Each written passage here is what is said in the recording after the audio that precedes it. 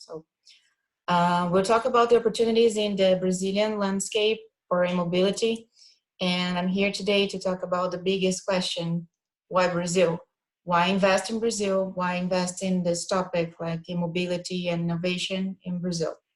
So some figures I bring to you is that Brazil is the 8th world vehicle producer and the 6th domestic market. So we are huge in producing vehicles, and we are a huge domestic market. And we've been in this position for the last years, like in the top 10 positions. We have 65 industrial units in Brazil, and 26 manufacturers are already here. It means 26 OEMs from all over the world are here, and the German industry is already here since the beginning of the history of the vehicle production in Brazil. The German companies are a big partner of Brazil.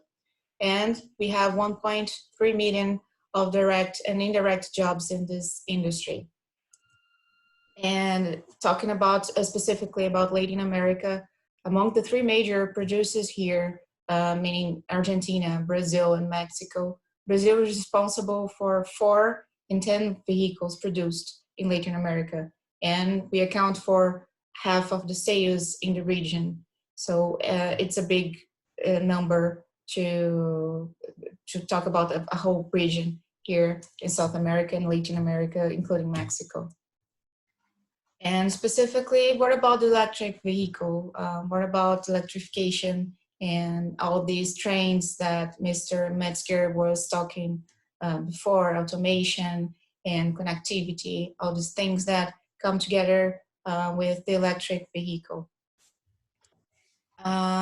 This year, Luis Carlos Moraes, but he is the president of the Brazilian National Association of Vehicle Manufacturers in Brazil. We call it ANFAVEA. He said that this decade will be the most disruptive in the history of the automotive and mobility sector. And I believe you all agree with this quote. We are about to see a very new scenario for the automotive industry in the next years, and Brazil is following to this trend. KPMG conducted a survey last year about it is a global survey, but they have chapters on each country. So the Brazilian chapter was conducted with 2,256 executives and around 1,000 consumers from all regions of Brazil. And the survey was conducted online. It was conducted between February and March 2019, last year. So the survey indicates that the majority of executives in Brazil recognize that the partnership with startups is imperative for the automotive industry to build the future of the business in Brazil. And just to bring you some numbers, from 2018 to 2019, the number of vehicles, electric vehicles in Brazil raised by 38%. We reached, until August last year, we reached around 15,000 units in Brazil of electric vehicles.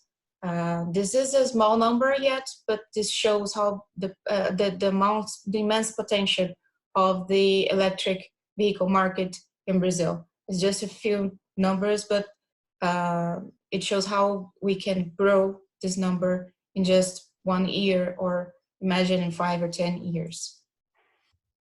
Again, the survey conducted by KPMG bring this number that 90% of the consumers say they would like to find electric cars available for purchase. Although we have some models here in Brazil, they are not the majority yet.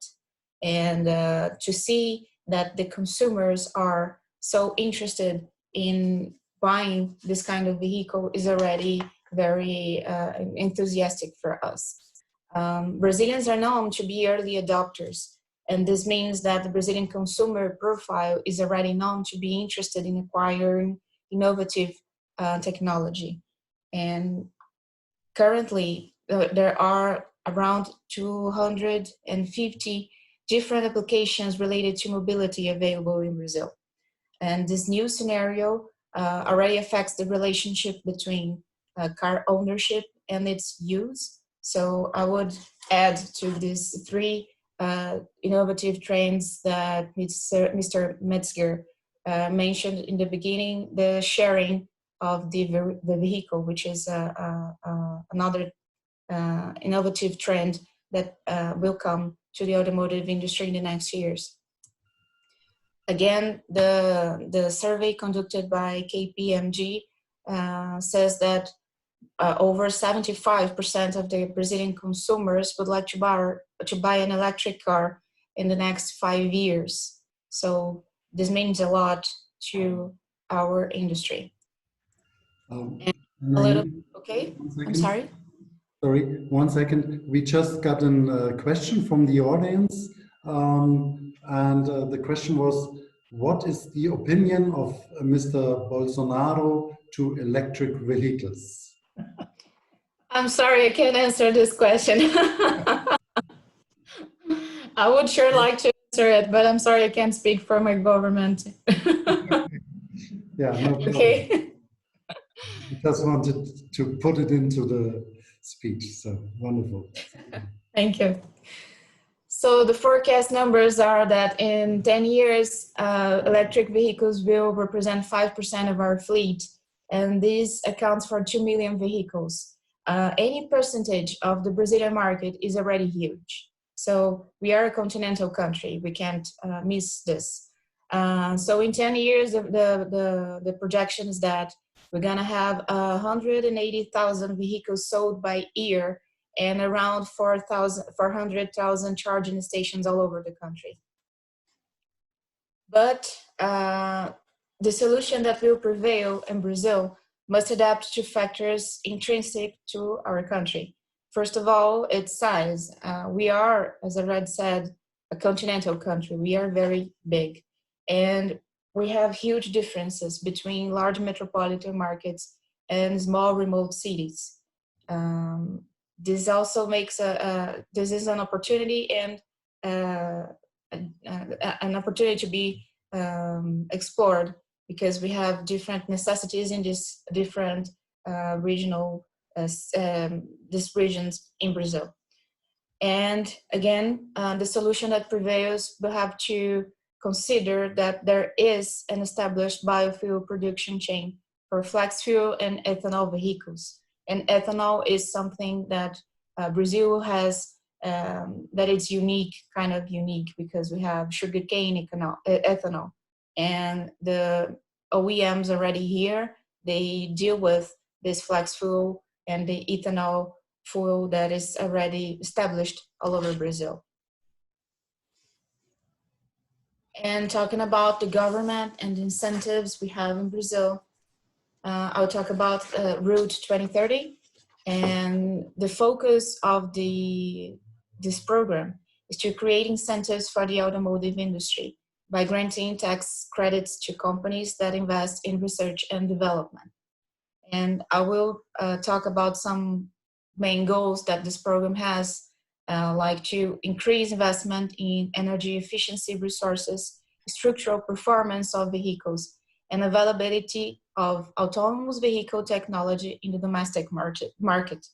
Increase investments in R&D in Brazil to foster production of new technologies that are aligned with global trends. And we'll highlight this point: promote the use of biofuels and alternative means of propulsion while valuing Brazil energy sources, which means, of course, the ethanol. And this program applies to companies that are already investing in R&D in Brazil, and especially those creating technologies that boost energy efficiency within Brazil. So in addition to benefiting OEMs, this program aims to benefit directly the auto part industry and other companies that operate in the supply chain of this industry. The tax incentive is accounted for 2.1 billion reais in 2019 and 1.5 billion annually until the end of the program, which means it ends around 2030, so 1.5 billion reais per year in 10 years.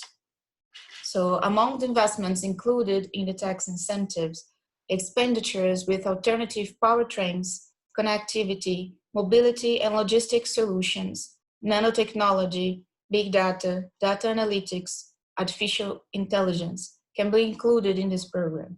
And this is certainly a huge step forward and a clear indication from our government that expenditures with new technologies directly in partnership with startups, public and private research centers are essential to guarantee an investment the industry is already making and should intensify exponentially over the next years of the program. And KPMG also asked the executives from Brazil about the Route 2030 and its efficiency. So over 60% of the executives said that the investment incentive created by Route 2030 it does encourages the approach of the automotive industry with the startups and universities research centers, which creates a big opportunity for foreign startups to partner with the companies already here in Brazil, either the OEMs or other startups working with all these topics I already mentioned. So to sum up some points that I've said early, the opportunities in Brazil for electric vehicles and all the technologies that comes with this type of technology is that we are a giant market. We already have around 50 million vehicles in Brazil. And our profile as a consumer is that we are early adopters. We are very keen on adopting innovation. We have a huge concentration of OEMs and a very large supply chain for these OEMs. And I'm sorry, I can't, just a second. And we have the government incentive, which is Route 2030, that creates tax incentives and credits to the companies investing in this kind of technologies here in Brazil. And ApexBrasil is the Brazilian Trade and Investment Promotion Agency. We are linked to the Brazilian Ministry of Affairs. We are present in 9 different offices all over the world. And because we are part of the Brazilian Ministry of Foreign Affairs, we also can access their 191 representations all over the world. So in Europe, we are in Brussels with my colleague who is watching us today, Guarani, and we have an open channel to any company interested in Brazil. Our services are all free of charges, and we provide information about business environment, soft landing in Brazil, strategic overview on investment opportunities, economic data and projections, general information on rules and regulations, information about regulatory agencies. We build the right connections with public and private institutes. We identify competitors, potential partners, and supply chain. Either if for companies or startups, it's tailor-made to your investment profile. And again, our services are all free of charge, and all the information exchange is under confidentiality from the beginning. So I'll end here my presentation. These are all my contacts and the contacts of ApexBrasil and our Ministry of Foreign Affairs. I was I tried to be very quickly because I shared my time with Jens Gistoff. So I'll leave it here. Thank you very much for the opportunity again. And I hope it was helpful for you.